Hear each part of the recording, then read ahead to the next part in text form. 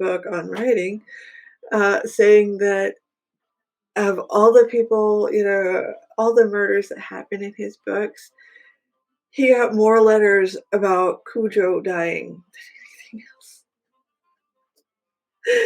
Ah, and I'm like, okay, well, yeah. Uh,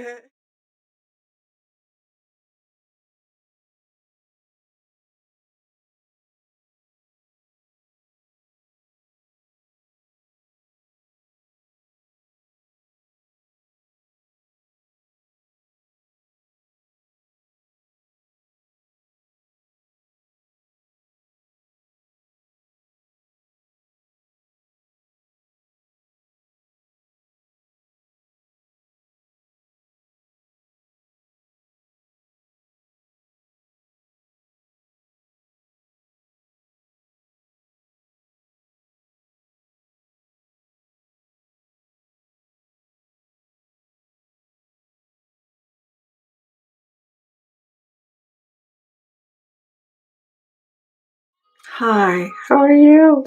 I hope you're doing well, and I hope you have a few minutes because I'm going to share a lot of the books that I have read and enjoyed and found some use for, um, all about writing. Uh, or, well, all of the books will be about writing. Yeah. At any rate, let's go ahead and get into things.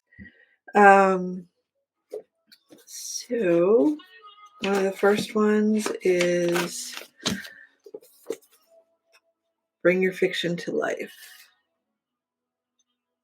And yes, I put them in banners so that you could get the title. So, at any rate, this book is really, really great for adding dimension to like everything. Because I personally am not a huge describer of things. Like Robert Jordan, that motherfucker will describe everything down to the last thread. I absolutely love his writing, but it's not my way of writing. So I need to add more dimension, and that's not always about describing every little thing. Um, it's about making your characters and your world and the way everything blends together less two-dimensional and more three-dimensional so that your reader can have another world inside their head. It just makes your story easier to fall into. Um, and then, let's see, we have A Wider Giving, Women Writing After a Long Silence. This one, I read it in little bits, kind of when I need to, because most of the women in here were silenced or felt like they needed to be silent for whatever reason. And as a woman, I kind of feel that way sometimes. And it helps reading this kind of stuff. At least for me, it does. I don't know if this one is terribly widely available because, as you can see, I got it from Friends of the Library type sale uh, like a few years ago. Um, I'm not even sure what library. Oh, it was from the Brevard? I don't know. Brevard, North Carolina library sale. And so I ended up getting it for like $1. And I've gone back to it numerous times, so it was more than worth it. I will be checking and getting links for any books that I can find, and putting them in the description box. So definitely check that because, like I said, I'll link whatever I can find a link for. But some of these books, I picked them up in strange places, because I myself am strange and unusual. Okay, so next we have the Editor's Companion. Let's see. Yeah, I definitely read this one bits at a time because it's the Editor's Companion. And editors will tell you that getting through, oh gosh, so sorry. I like all of a sudden the edge of my nose is itching. Maybe somebody's talking about me. I don't know.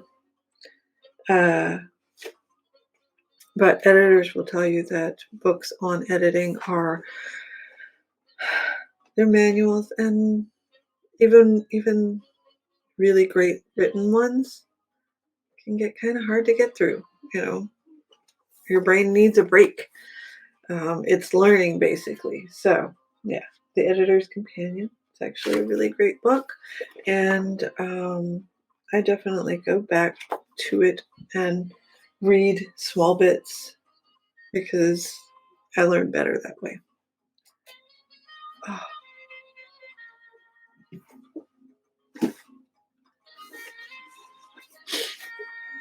So, next book, writing fantasy and science fiction.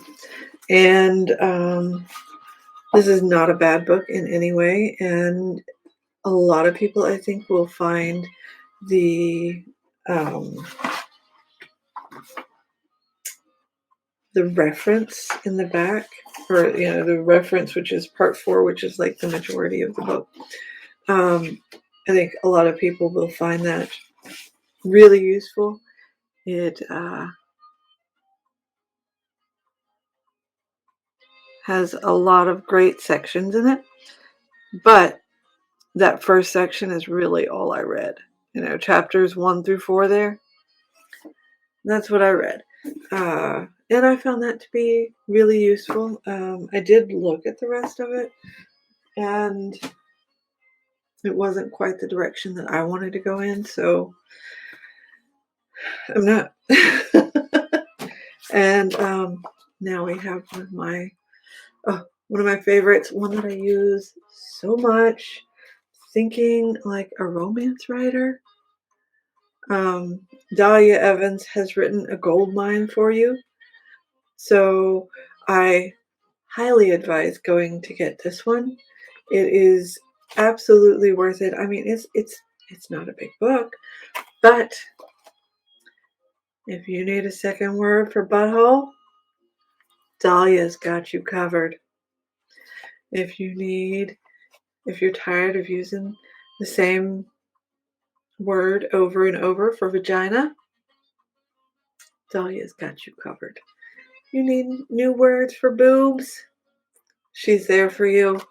So yeah, if you write romance and you have anything even a little bit sexy in there, you need to get this one. This is my absolute favorite for those things. Like I literally keep it right here. You can see this spot is empty right now because this and some of these other ones that I'm about to show you they live there. And I use them frequently. Which is why I keep them very close. Okay, so now we have the Writer's Body Lexicon. This one is great for like every other part of the body that is not in general going to be considered erogenous. Not that it can't be, and not that the body parts that she goes over are always just erogenous, but for the purpose of this, it's how I'm going to differentiate. This one stays pretty far away from anything relating to sex of any sort. But if you need a different way to describe somebody's mouth, to describe the movement of an arm or a hand or fingers or facial expressions, this is definitely one. And you can see it's actually, it's a pretty good sized book. She is pretty thorough, and worth the investment. Absolutely worth the investment as a continual reference book, much like this one. Oof, couldn't really see it. There we go. And then we have the Thesaurus Erotica. This one it's not my favorite. It really isn't. But it will work. And, it does have some different words. So sometimes when I'm tired of looking through that book and I'm not seeing all the words anymore because I've looked at them too many times, this helps. And it does have some different words and some extra words and things like that. So it also is a good investment. It's just not my go-to all the time. It's kind of like my second place book. And then we have the Emotion Thesaurus. As you can see, my copy is it's a little battered. I have definitely used this so much because where else are you going to find ways to describe hatred? How somebody's going to show their hatred. All those people saying show, don't tell. Well, this book helps you do just that.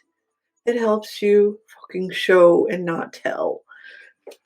Because apparently we were all paying attention to the assignment in kindergarten and first grade when we were doing show and tell. Nobody wanted to hear you telling about nothing. They wanted you to show them the thing. And that apparently has never changed. So, now, this one is freaking mammoth. But the writer's Thesaurus by the Oxford American Writer's Thesaurus is so good. So good. You need a synonym? They got you. And I have Roget's Thesaurus, and that is not the book for writers. That is the book for the average person who hasn't used also 599 times already across, 5 or 6 books and has had to cut that out so much. Or, the person who would like a different word for fortress, or for opacity,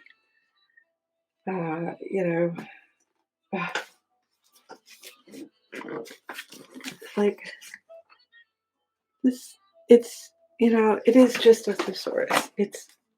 But it is a really, really thorough thesaurus, and it has absolutely saved my butt so many times. Also, it has this section, things about art, different colors, and how many times have you struggled with not calling somebody's eyes blue or green? Finding a different, sexier way to say blue eyes. This will help you with that. Like sang de bouf. Who would have thought about that? I'm gonna have to look up what fucking color that is. Yellow ochre, taupe, slate blue. See, there's somebody's eyes right there, or slate gray, sky blue. And that's the kind of thing that this book has in it. You need help remembering what kind of wines they are? Writer's Thesaurus has got you. Liqueurs, cocktails, soft drinks. I mean, this is such a fantastic little section. They have a section on archaic words. So, whatever genre you write, get this one. Yeah, honestly, if I could only have 2 books, it'd be these 2. You know, they're my favorites. As far as, reference books anyways, as far as reference. Um, yeah, that stack might be a little heavy for that table right there. Okay, so the rest of my books are digital because I'm a digital bitch. I've got a lot of books right now. Not as many as I'd like to have, but the fact is, I move a lot, and people have complained a lot about the books they have to carry. So I've gotten used to getting more books digitally to save other people's backs because, I know how it is to have back problems. I'm not trying to hurt nobody. Okay. Here we go, the cover. So the first one is structuring your novel. Structuring your novel. It's an excellent book. I mean, and I've definitely gone back to it a few times. And I probably will read the whole thing a few more times. And then the other Cam book is Writing Your Story's Theme. I heard about Cam Weiland originally from Sarah Cannon. And, I believe her channel is that she's like one of the ones that I suggest on my YouTube channel. If not, she should be. I'm pretty sure she is. At any rate, I believe I heard about K.M. Weiland's books originally from one of her courses or perhaps one of her videos. I don't know. It's all kind of blurry. I've taken a couple of her courses at this point, and I've watched most of her videos. I swear I'm not a stalker. Just a fan. And, maybe a good acquaintance. At any rate, she was the one that first told me about KM's books. And, honestly, at this point, I can say there isn't one of KM Weiland's books on writing that I wouldn't suggest, even if I've only read 2 of them. She is an excellent guide in writing, and yeah, definitely worth it. So if you find one of her books that maybe works on or is geared towards something that you're struggling with, get it. She's excellent. Okay, and then so I'm still reading this one.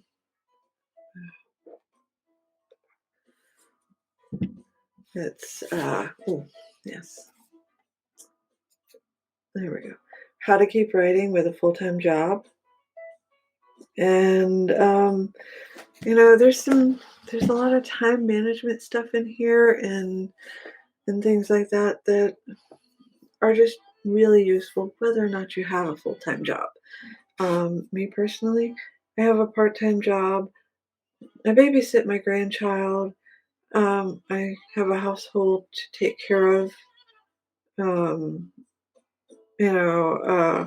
A whole religious practice to work with, and time management's important. Also, Sarah is another one for time management and planning and basically getting your shit together. She's definitely all of her material has really helped me with that. Admittedly, I don't read a lot of her books because they're young adult, and that's I like the older adult stuff.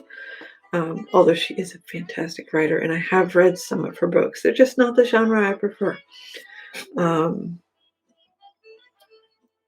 Which is why I didn't keep reading through her series, because as fantastic it was as they are, it wasn't the genre I enjoy as much, and I had smut to go read. Okay.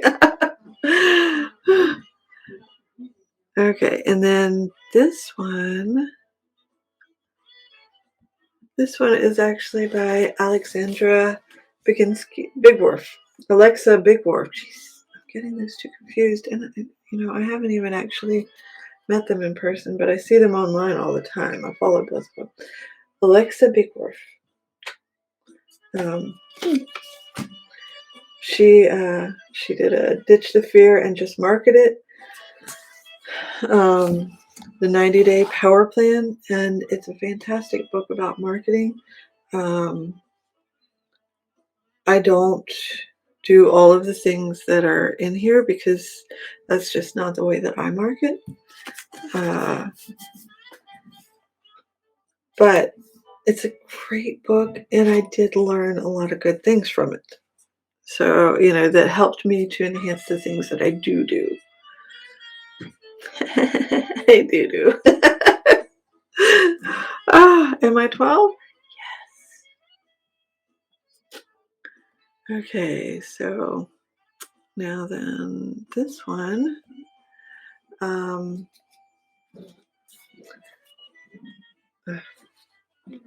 Louder Than Words, Harness the Power of Your Authentic Voice. It's by Todd Henry. And, this one is more about writing more you, and being more authentically you. And I don't know about y'all, but that's something I struggle with, because the world tends to send the message if you are not exactly, if you're not a Stepford wife, the world seems to send, and even then, let's start this over. Okay, so this one, Louder Than Words, Harness the Power of Your Authentic Voice by Todd Henry. It's actually really great, especially if you struggle with showing your authentic self, being completely and fully you, and with whether or not you should hide all your weird quirks, whether you should curse in your YouTube videos, things like that, because I struggle with believing that people are going to accept me and like me as I am. I'm continually proved wrong, and I am so completely grateful for that. But it's still something I struggle with. Louder Than Words, reading that, it helps, let's see. Okay, and this one, yes. Stephen King on writing. I've read this book multiple times at this point. And you know what I get from it? Stephen King is a sincerely fucked up individual who takes all of it and writes these amazing books. And his wife, Tabitha, is a badass bitch, obviously. And I mean that in the most complimentary of ways. So hopefully if, somebody sees this and tells her, she will know that that is absolutely a compliment. Because I think Stephen King must be a whole goddamn handful to put up with. Maybe not so much now, but I feel like in his younger years, he was a lot. And she managed to continue to love him and uh, she has got to be amazing. I think he's pretty cool too. And I love his writing. And his book on writing definitely, number one, displays a lot of him. And, gosh, if this guy can continue to put out amazing best-selling books, so can the rest of us. At least the putting out books part. Whether or not they're best-selling, I guess that's debatable. I know I certainly have not gotten there yet. Ever hopeful, though. This one, cover pulled up. Okay. If You Want to Write by Brenda Weiland. I hope I'm saying that right. This is just a really great book, and I ended up reading it from cover to cover.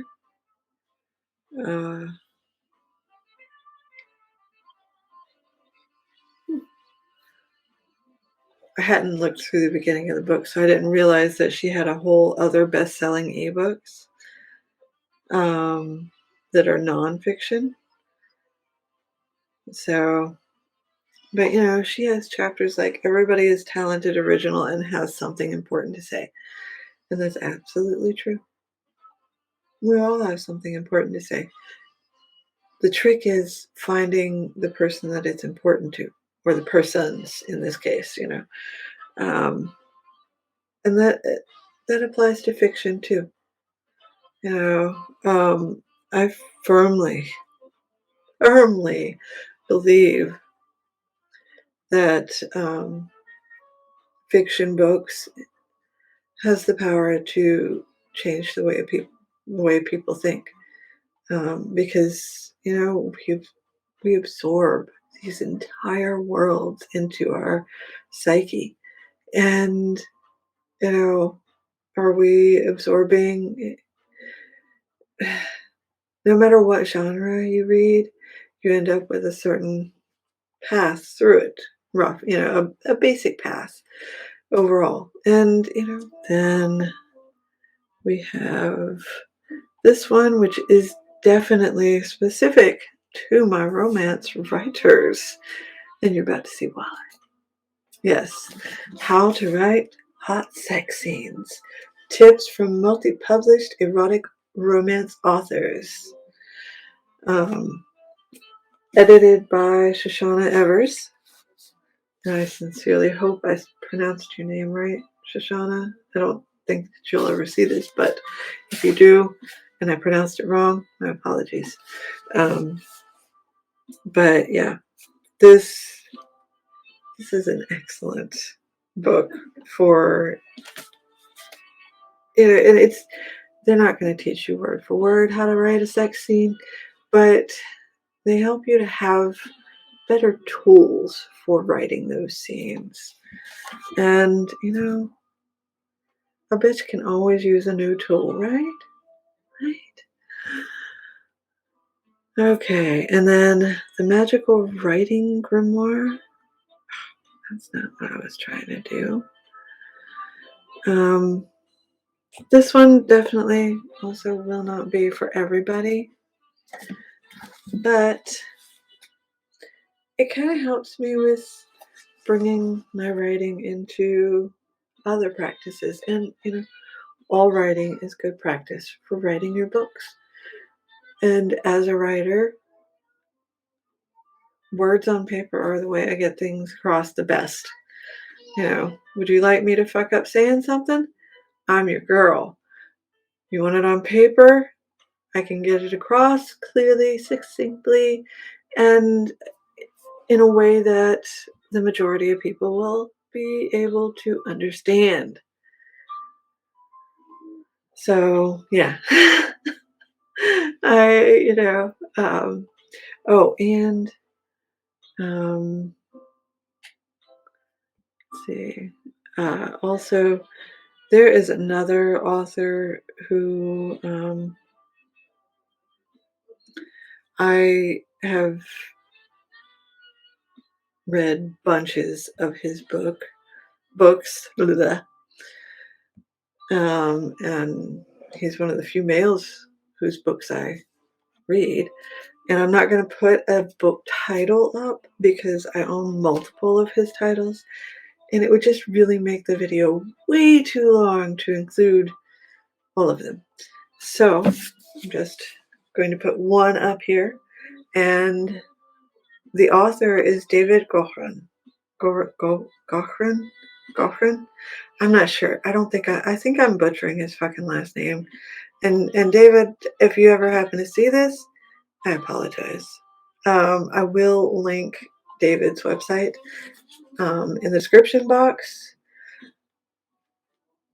He also has a newsletter, and I highly suggest signing up for it. The author newsletter, because, I mean, you don't want his fiction books, or maybe you do. I don't know. Check it out. But definitely go to his website, check out his books. He has a ton of books and manuals geared towards helping you to be a better author and be better at publishing. So yeah, definitely go check out his stuff. Like I said, I've got quite a few of his books, and that's why I didn't put him specific, one specific book in here, or two even, because, excuse me, I've read a lot of his books. And now the last book that I want to share with you, one of the authors, I have more than one of her books, and I highly suggest that you get anything she is writing or has written. And her, also she has a podcast. She has a podcast, and it's a great one. I'm definitely subscribed. Her name is Joanna Penn, and yeah, I'm currently reading The Relaxed Author, and I'm just going to name him Mark Leslie because I haven't heard how to pronounce his last name yet, and I'm not willing to butcher it that much. I don't know how to make the sound that BVRE makes. So, but I've read a ton of Joanna's books, and I'm reading this one right now. And, it is amazing. Go get it. And definitely read it. It's a fantastic book. As soon as they published it, I ran to go get a copy. So, yeah, that's it for now. Now, this is just one that I work through on an occasional basis. I'll write down the questions out of it and work on it. It just kind of helps me with focus. Beyond that, I'm probably going to do would you all like a video on the YouTubers that I watch that are writing related? Or maybe classes that I've taken? Let me know down in the comment box. All of the books here today, I do plan to put links up for any that I can find links for. Like I said, some of them I got from secondhand sales and things like that. And I don't know if they have, aside from the digital ones. The digital ones, I got you. But yeah. I think I've rambled enough. So I'm going to get out of here. I'm going to go do some other stuff until it's time for me to go live tonight because I'm recording this on a Thursday. And hopefully I'll get it put out by Monday. I don't know. We'll see. Either way, I hope you have a wonderful, wonderful day, night, afternoon, whatever it is where you're at when you're watching it. And after your next sleep, may you wake up rested, refreshed, and ready to kick the crap out of your day. Okay, so I realized as I was going through edits that, that's terrible, whatever, that I had forgotten a very, very important book that I am still going through. I'm only about halfway through, but it's a lot. It's a lot of information. So I didn't want to leave this book off of the video because it is that important. And unfortunately, because I got it with Kobo, they don't really allow you to like pull up the cover and see it, which sucks. And if anybody from Kobo happens to see this, hey, your app, allow us to see the covers. I mean, and as authors, we spend a lot on these covers. We would like people to be able to look at them. And I say that both as a reading customer and an author. So, at any rate, the book is Wide for the Win. It is also by Mark Leslie. I'm going to try his name. Mark Leslie Lefebvre. I don't know if I'm pronouncing that right. I'm so sorry. But this book is like a flipping gold mine. And you definitely want to read it. Let's see. It is... Gosh, they don't have... Why doesn't it have the ability to see how many pages are in it? Ah!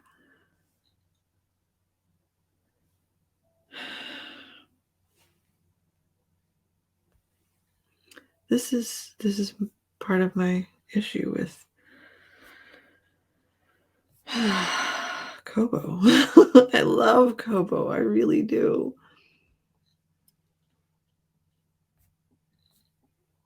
But their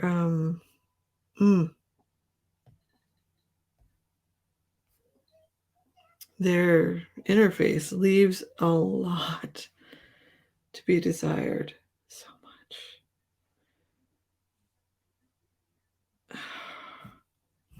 And it decided I didn't want to be there with the book.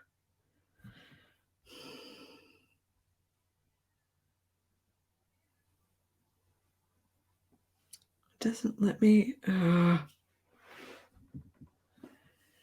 Okay. Yeah. I can't tell you how many pages are in it because I made the mistake of buying it on Kobo, and they don't really do that unless you are on their website. On their website, you can absolutely... Maybe that's part of the issue. Maybe it's the Kobo styling.